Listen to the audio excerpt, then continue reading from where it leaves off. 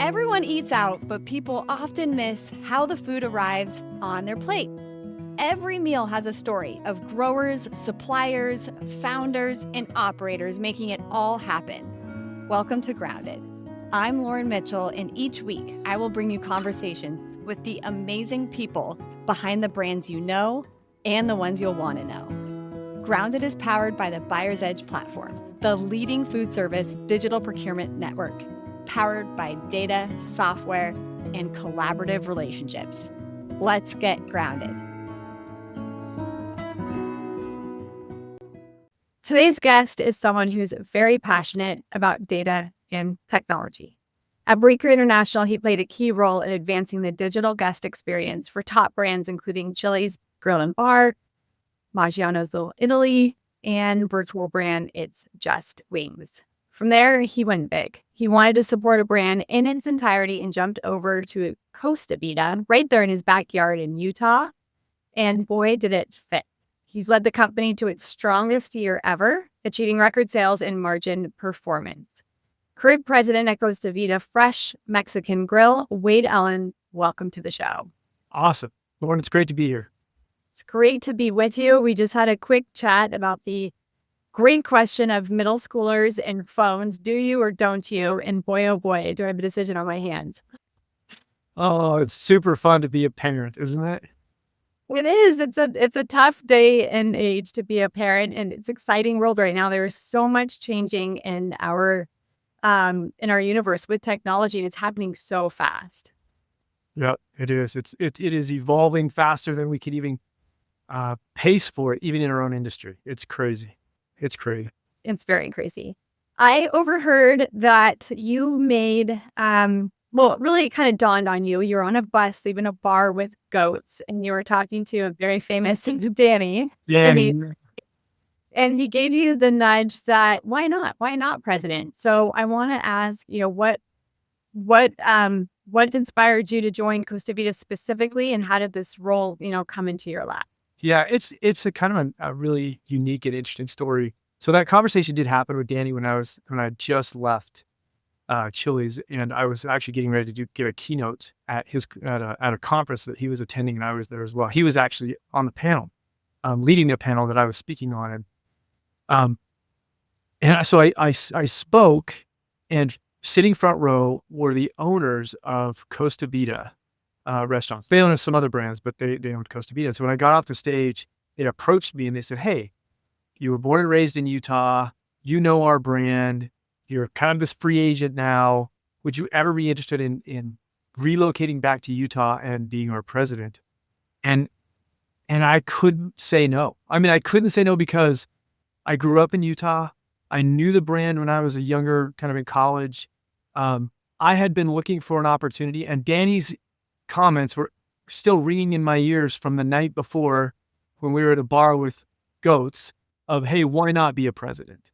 And so for me, it was like, I absolutely, maybe that is what I need. And I knew I wasn't quite ready to make the step to be a president of a very large brand. I needed to cut my teeth with a smaller brand of, less than 200 restaurants and really see if I can turn the comp numbers and really make an improvement. So man, what a perfect fit. And then there was a series of events as I kind of started that kind of application process and kind of courting process of this brand that, we each have a different way in which we seek prominence, but I was directed to this brand, and I'm so glad I landed where I did, right? I've got cousins and nieces and nephews and brothers and sisters and a mom close by for the first time in 22 years of my career. So it's a great landing spot for me in the shadow of the Wasatch Mountains. It's super fun to be here.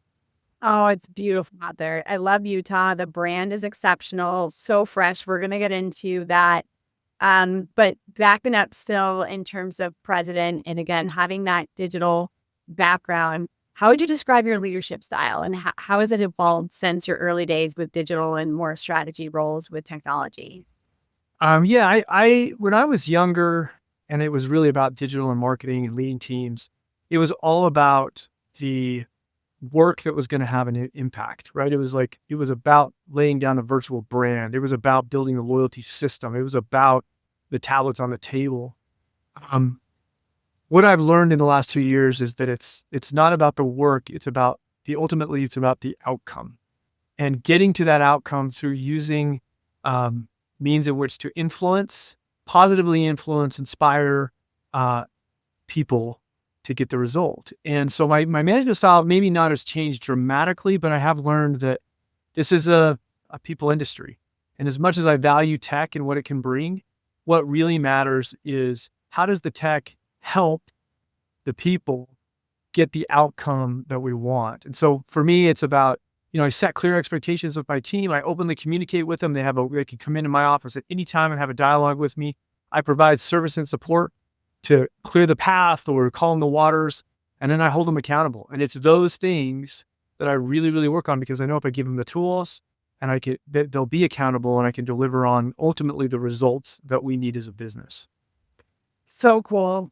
I want to talk a little bit about your experience at Brinker, because you worked on a few really incredible initiatives. I mean, It's Just Wings is one example. Can you kind of give a quick highlight reel on some of the projects that you worked on? And then we'll bridge it over to perhaps of those, what you felt was most impactful to initiate with Costa. Yeah.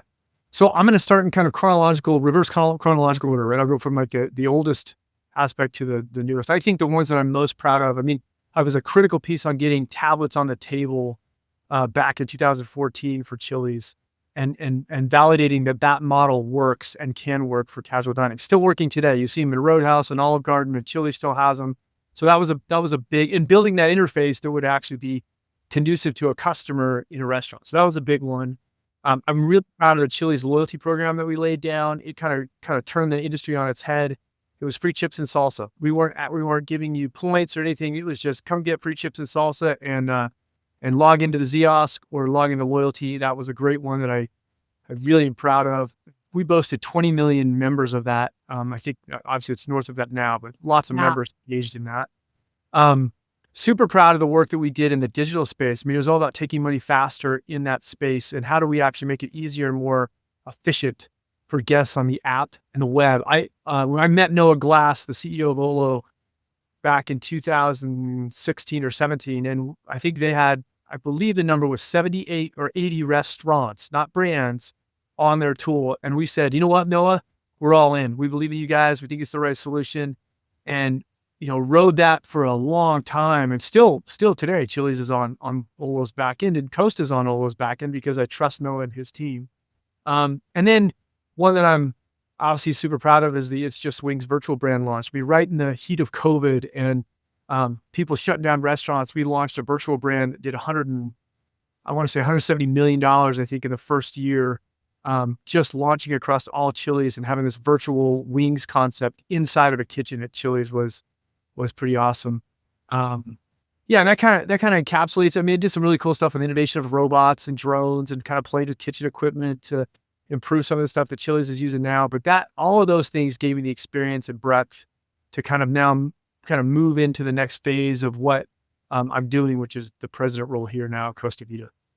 If there's an emerging brand out there listening, and perhaps this was part of your experience too, and they don't know where to start, they don't have a loyalty program, they don't have off-premise ordering available or some of those connections, how do you go about starting? What are some of the filters that you believe are best in terms of putting together a strategy for that in a business? Yeah, it really depends on where you are on the continuum. I think the first thing you have to do is not try to boil the ocean, because that's where people they tap out, right? There's too many things. So I would pick 1 to 3 things to work on. Generally, what that means is what's going to have the biggest material impact to the business that we're not doing today.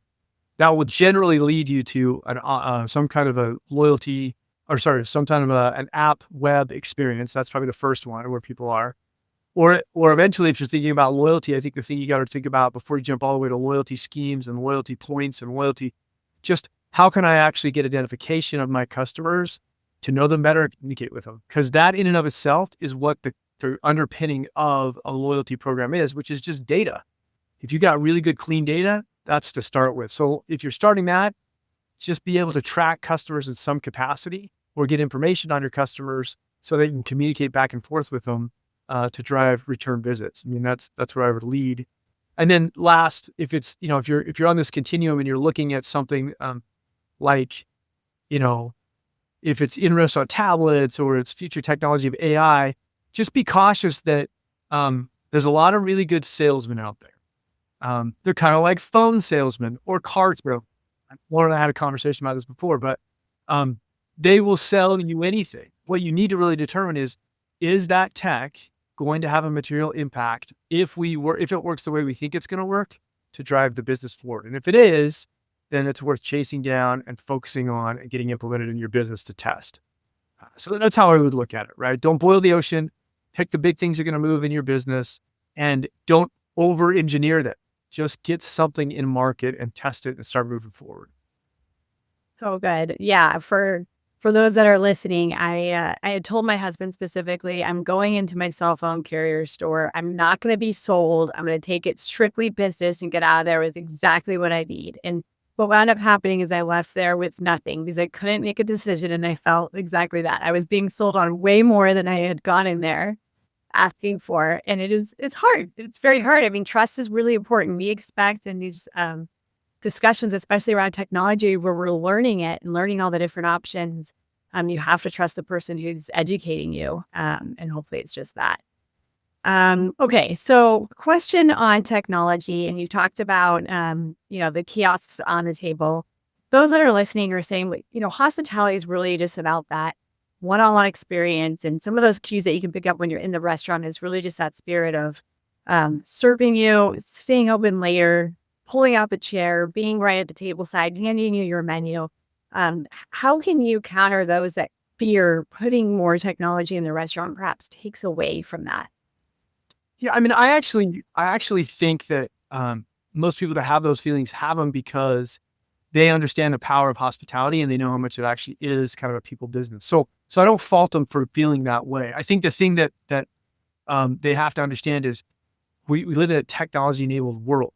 I mean, we're talking about kids carrying cell phones who are the next generation of people who are going to visit restaurants. We have kiosks for a purpose because there are people who would prefer to actually put their order in on a kiosk now than actually walk through a line and talk to a person and go through that experience. So I think the blinders of we're a people business and we have to do it this way is not terribly dissimilar to the blinders of we've built a restaurant, you have to come in and sit down, you have to pick up a menu and you have to order this. Like, you're going to create friction for the guest in a world where those who win create frictionless or multifaceted experiences. So I would petition to them to be open to the conversation that not all consumers are the same, that people consume technology in different ways. And there is a progressive scale of people who may not want any technology and people who really want a lot of technology. So you're not playing to the center, you're actually playing to the spectrum. And the more that you can play to the spectrum is the more opportunities you have for guests to choose you or reduce the barrier not to choose you, right? So I think that's how I would kind of help them understand that there's value in tech in the restaurant space. What do you believe today's guest expects from a fast casual restaurant that perhaps they didn't 5 years ago? Ooh, that's a good question. I think they do. There's an element of tech for sure, right? They absolutely are going to want to have an app or a web experience that is easy and simple and can order quickly. That's very graphical in nature, right? I think that's blocking and tackling. I actually think that I see this shift now, and these comes in ebbs and flows in life. Now that I'm approaching 50, I've seen this a few times in a restaurant. But I actually see a leaning back into the health conscious consumer, right? We got to this place where it was just about speed and convenience, and it was less about healthy. I think there's now this whole flip back about, wait a second, I do want it fast and convenient, but I don't want to eat unhealthy, bad, preservative laced, things that are going to make my body feel terrible. So we're kind of seeing this shift back to, hey, I want to know, it doesn't have to be as much about like, where's it perfectly sourced? It just has to know that if I'm going to consume those calories, they're going to be healthy calories that aren't going to create me feeling bad or terrible or, cause friction in my life. And so I think there's a health conscious halo that's starting to kind of rear its head. I haven't been here 3-4 years ago. That's new. Yeah, I mean, I'd say that. I say there's a tech element. There's a health element. Yeah, I mean, those are two things I see right now, I think. Fully agree. Fully agree. Okay, so let's talk a little bit about the brand. Costa Vida is competing in a very crowded, fast casual Mexican category space. So talk to us about, what differentiates it, and what can one expect when they go in? Yeah. So, something neat about Costa Vida is that our focus is on that scratch fresh food. That's how we have built this restaurant. Um, the time it takes to make our core product, which we call it the sweet pork, um, is hours and hours and hours of fresh scratch cooking that we use in big pots in the back of our restaurants. Starts early in the morning to get that fresh quality product. So for us, the first thing is the health halo. The other piece of it that's a distinct advantage to us as we look at the rest of the fast casual Mexican category is we are really Baja. We're not Tex-Mex. We're not kind of American Tex or American Mex. We are a Baja flavor. So we use a lot of tomatillos, a lot of cilantro. We use a lot of kind of these smothered. We have a smothered burrito. We have very rich, vibrant colors and flavors in our food that skews more um, Western Mexico, right? Which is not a Chipotle flavor profile. It's not a Baja Fresh flavor profile, although they've got it in the name. It is a different profile of the food.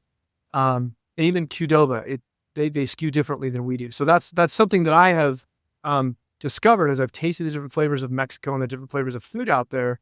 We have a very unique flavor profile. We're also extremely health conscious. We've talked about the fresh food, but gluten-free, vegan options, vegetarian options, they're all available on our menu, and we call them out specifically because we know that a lot of people choose us for that halo and that food allergen reason. So, but that's kind of our angle. That's where we really lean into, and that's one of the reasons I absolutely love this brand and eat it 2 to 3 times a week without any issue and feel great in my life. I love the brand because of that. Oh, it's delicious. I have really good friends in Utah. They rave about the brand. I love the scratch kitchen that you unbox in Chaparral, Maine. I think that's beautiful. Um, but in the spirit of wanting to grow and scale, which I know, as we talked about, you jumped over there, you wanted to get your arms wrapped around everything. You've certainly done just that.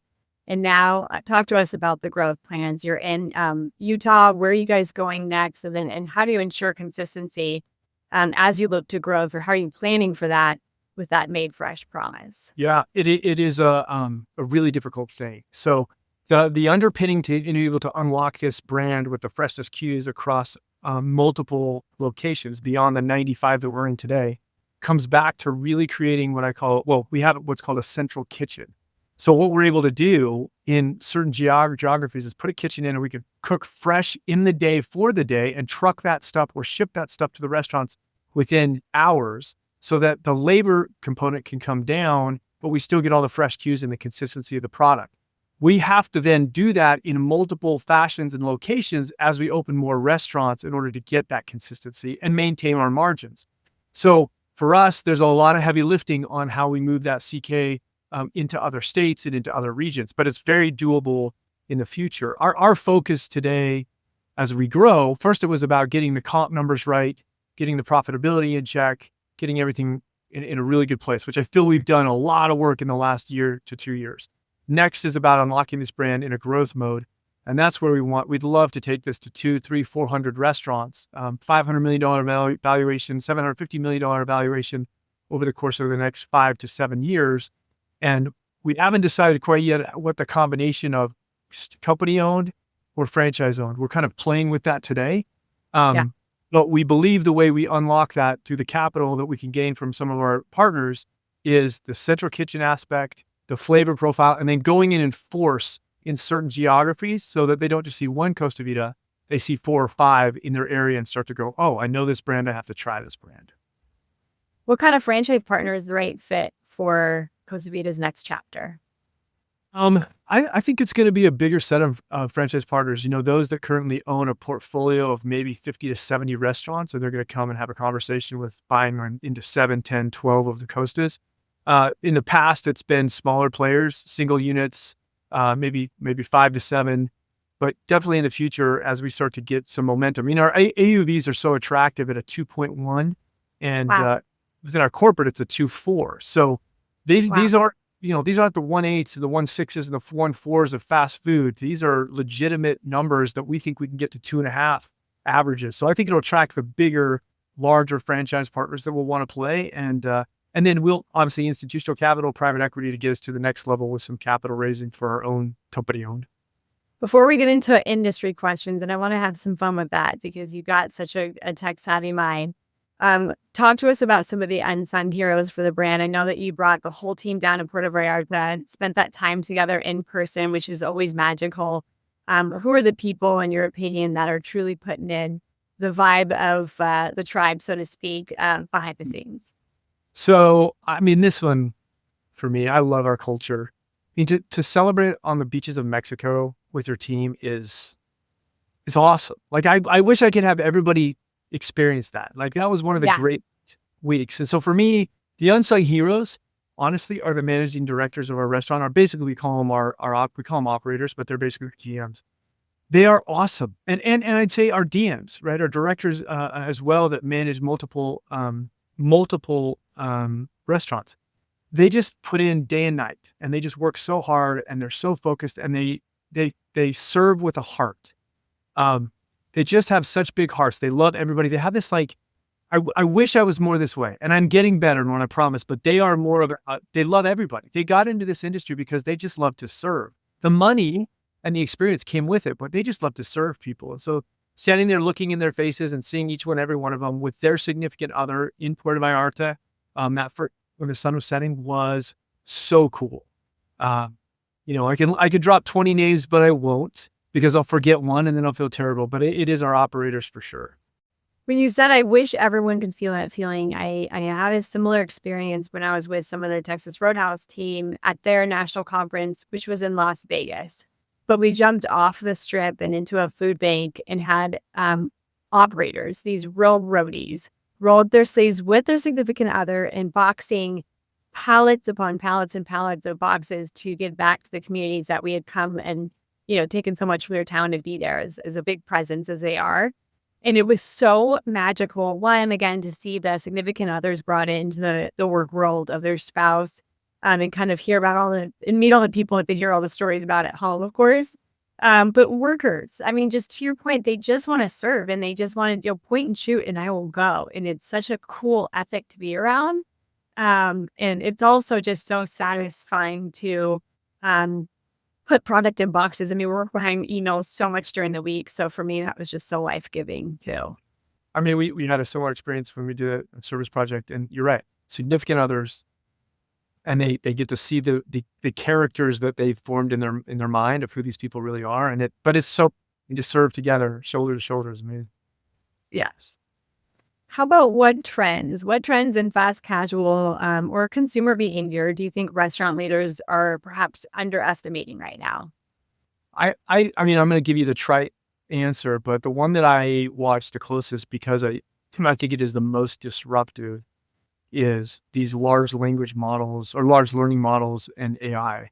We use AI kind of in these rounded terms, but the ability to do tasks or pull information or create content without a human intervention is exciting and terrifying all at the same time. And so while in the restaurant, I don't necessarily see artificial intelligence and the applications massively disrupting that human interaction in a restaurant.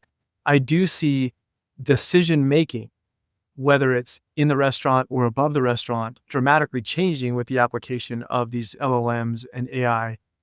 One, because it will affect the labor force at the support center because you'll have, you won't necessarily maybe need an analyst to pull the data because the AI can tell you exactly what's happening on a day-by-day basis and which stores are suffering, and maybe even provide recommendations of what you need to do from a marketing standpoint to solve them. In the restaurant, can quickly identify missing and incorrect through computer vision and AI, or help you with forecasting and labor that you otherwise wouldn't have been dealing with in the past because you're having to mark up the schedule and figure stuff out.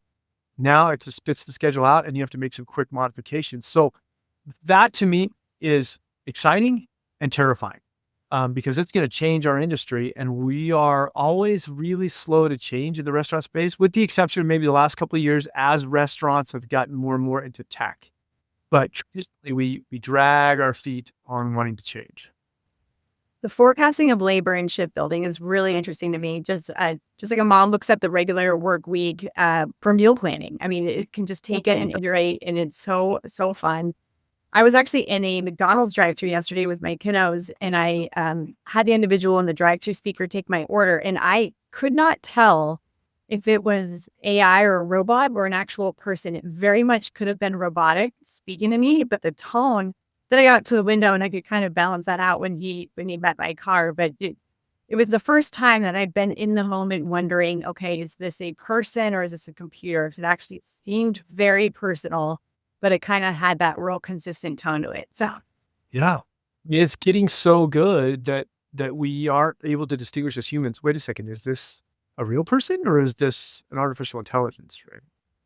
So how do you, with technology, how do you view the future of personalization in food service? Do you have any wild and crazy ideas about how just knowing what you know about the customer experience? We've talked about some of how those needs are changing. You talked about how the phone's already in the hand for younger generations, and those are the ones that are eventually going to be coming into the workforce.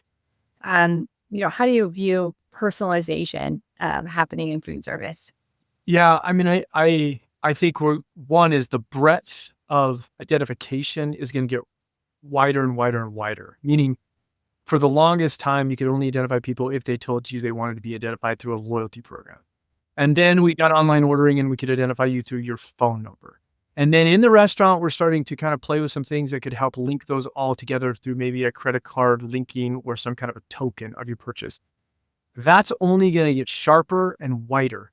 So at some point in the not too distant future, and I won't magically tell you what I think the technology is because I don't even know, but I can tell you that the rush to determine and identify every guest that wave is on us right now. There are companies out there that are actively working, whether it's through biometrics, whether it's through cameras, whether it's through voice intonation, whatever it is, we're going to try to grab every bit of information so we can identify every customer. And then you may ask, well, why? Why is that important? Because exactly to the beginning when we were talking about loyalty programs, restaurants know that if they communicate to a guest, either through communication, just telling them about a special or thanking them or talking about their menu or offering them some incentive, it generally results in a portion of that population coming back. And so that's what everybody wants to, because once that gets in place, you now have some form of control over the return visit, and the coveted frequency in restaurants is everything. You can figure out check with some price. This is about getting people to come back into your restaurants. And then it's about also identifying if they had a problem so you can fix the problem so you keep them coming back in. I honestly think that's where this is going in a big way that a lot of people sometimes don't always pay attention to. But personalization, when we talk about personalization, that is the future of personalization. Every customer identified, and every customer communicated to. Very good. Coveted frequency. I love it.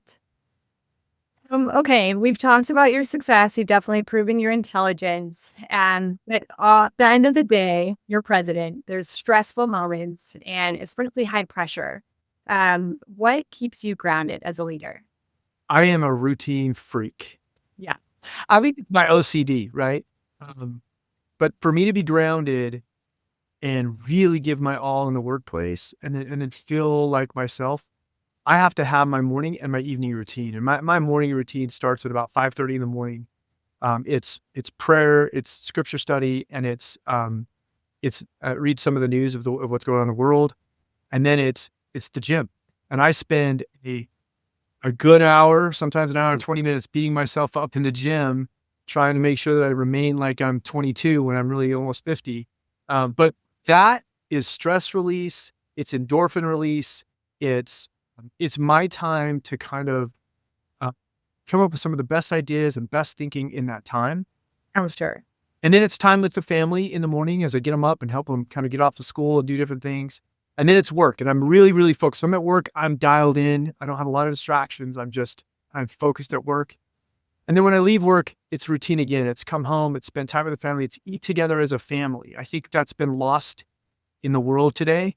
And what I try to do is gather my kids, even though now most of them are starting to kind of go into this early adulthood.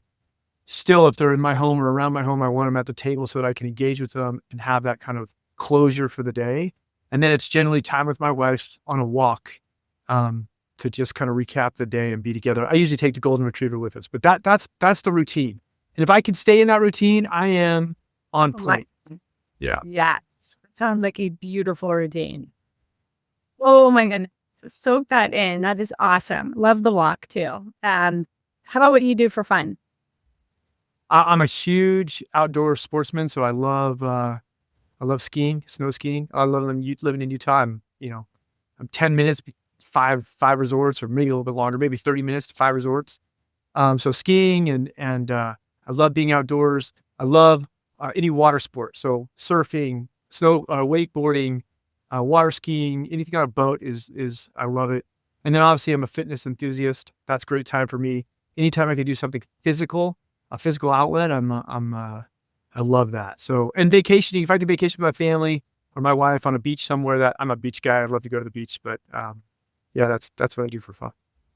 It's awesome. It's awesome. Okay. So looking back over your whole career, we've all experienced failures and setbacks.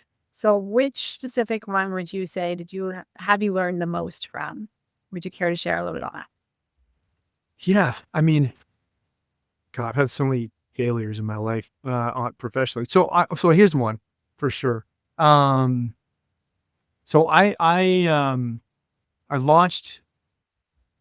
I created. Well, I did create it. My team worked early in my career. I created a coupon solution that you could print coupons at home from a browser.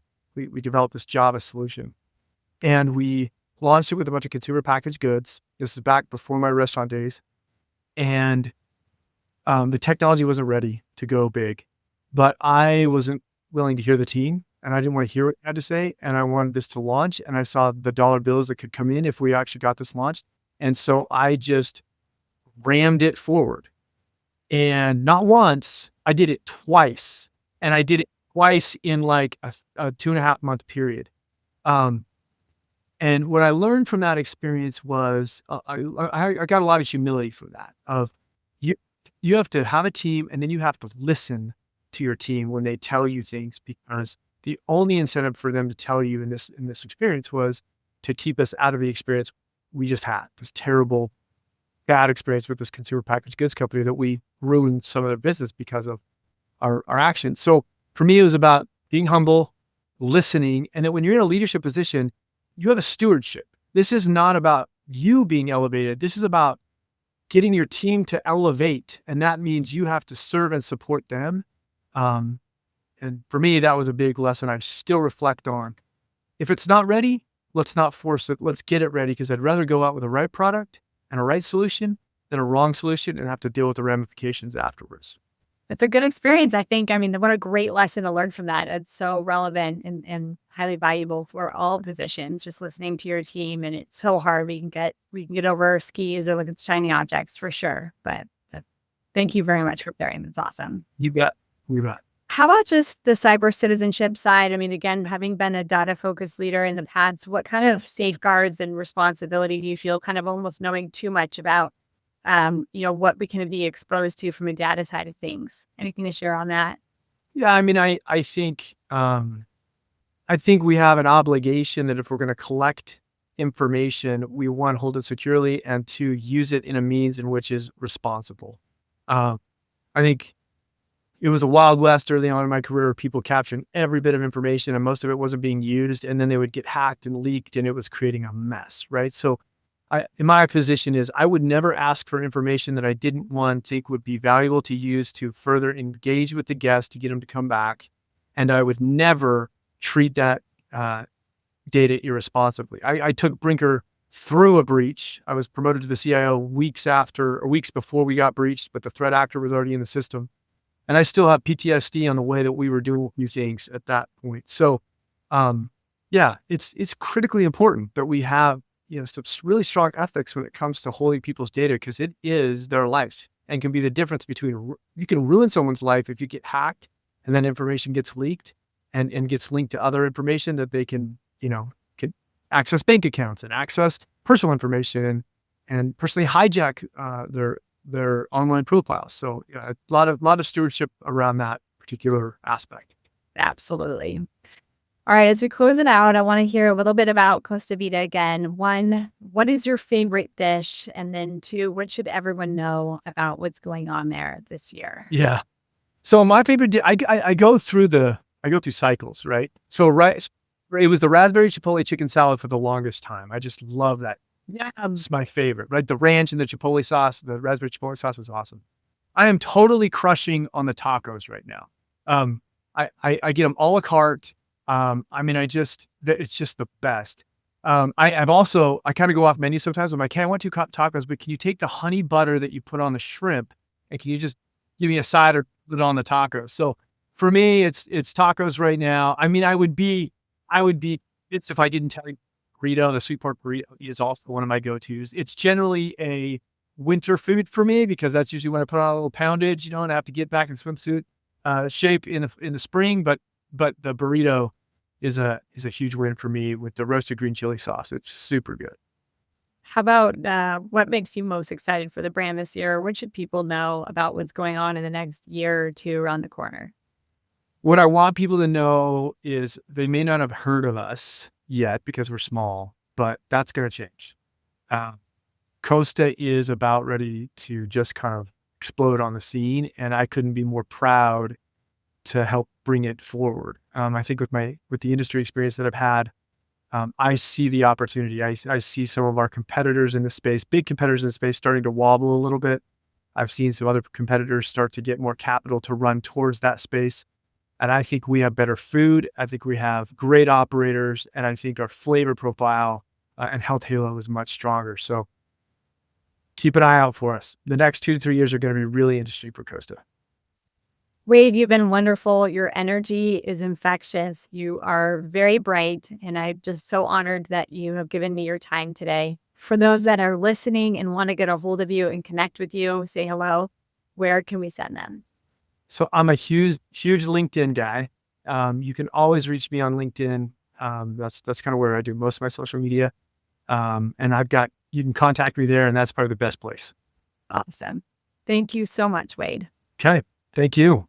And audience members, if you learned something today, laughed, please share this podcast episode. This has been another awesome episode of Grounded. See you next time. That's a wrap on this episode of Grounded. We've covered a lot of ground as we explored what it really takes to run food service behind the scenes. For show notes, highlights, and our latest market insights, visit us at groundedonthepod.com. Grounded is powered by the Buyer's Edge platform, delivering smarter solutions, greater efficiency, and real savings through connected tech, powerful data, and industry expertise. For more information and to get a personal demo of the Buyer's Edge platform, email me at lauren.mitchell@producealliance.com. And if you liked what you heard, subscribe so you don't miss an episode.